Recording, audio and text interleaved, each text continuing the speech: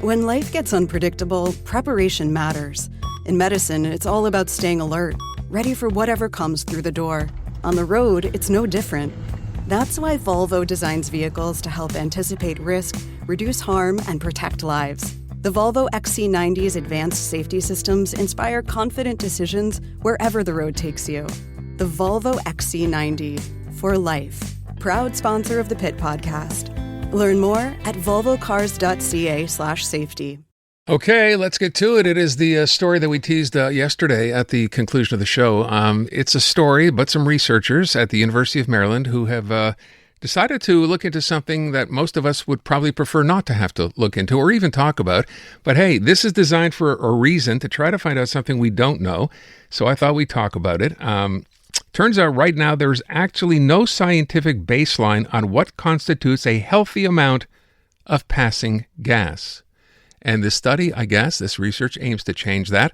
Dr. Brantley Hall is an assistant professor at the University of Maryland's Department of Cell Biology and Molecular Genetics, and he is on the line. Dr. Hall, thanks for your time this afternoon.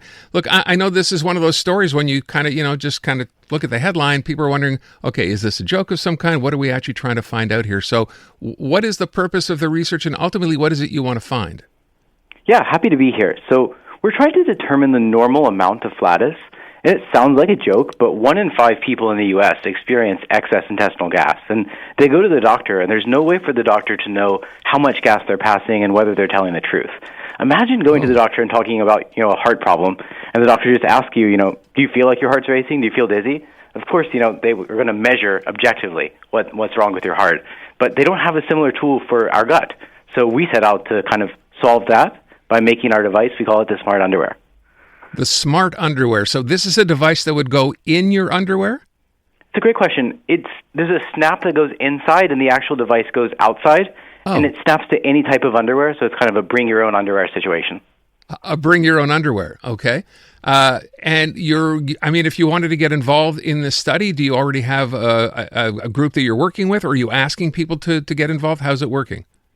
Yeah, we've had overwhelming response. More than 8,000 people have signed up, so right now enrollment has paused, but you can go to flatus.info and take the eligibility survey if you're interested. By the way, just the correct terminology then is flatus? Flatus. That's the medical term. I see it. Things you learn. Okay. You also mentioned just a minute ago with respect to excess passing of gas. Where's that borderline? Right now, we don't have a very good definition. The medical textbooks would say 14 plus or minus 6 is normal. In our study, we found 32 was the average, and we're really interested to see whether that holds up in hundreds or thousands of people. But I'll tell you, we've caught someone farting more than 300 times per day, so there's definitely some outliers out there. Wait, did you just say the average is 32? Is that the number of times you fart in a day?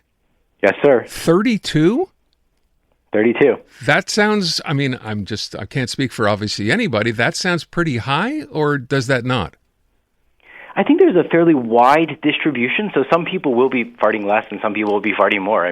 We see, greater than 30% of people farting more than 50 times a day, I think. So there's definitely a subset of people that have it. Maybe you're very lucky and don't experience excess intestinal gas.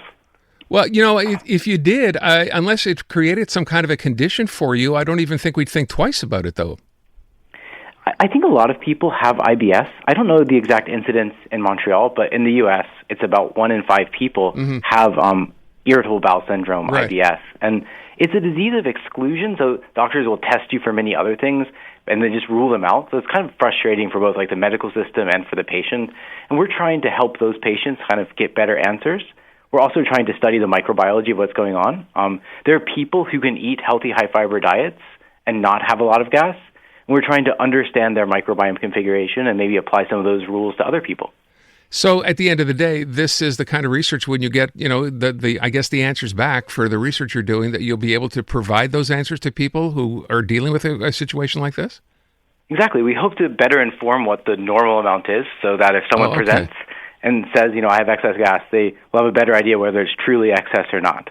Okay. I was going to ask you, how did you get interested in this to begin with? It's not that you're interested in the farting necessarily, but you're interested in the gut microbiome. That's really the focus here, right?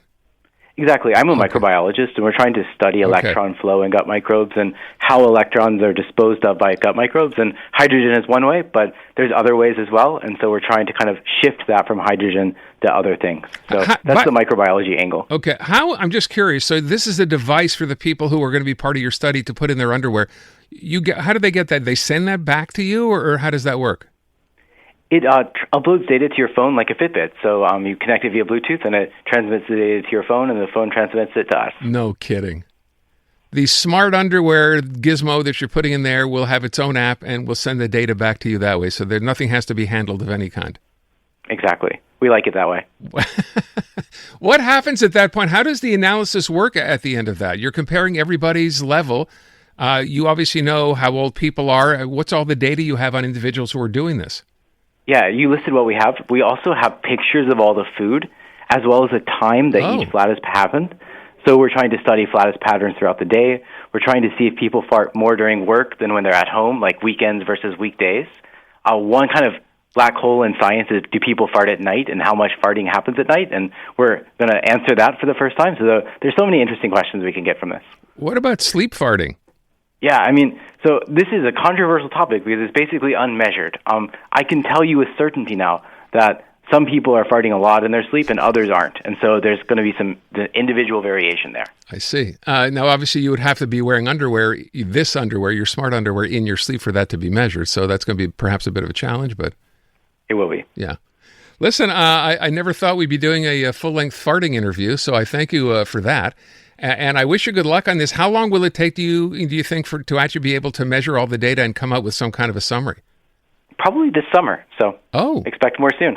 Okay, well, we'll keep an eye out, or an ear out. Thank you so much for the time this afternoon, Dr. Hall. Appreciate it. Happy to be here. Thank you. Take care. Dr. Brantley Hall at the University of Maryland. Introducing Bryan Adams Radio on iHeartRadio.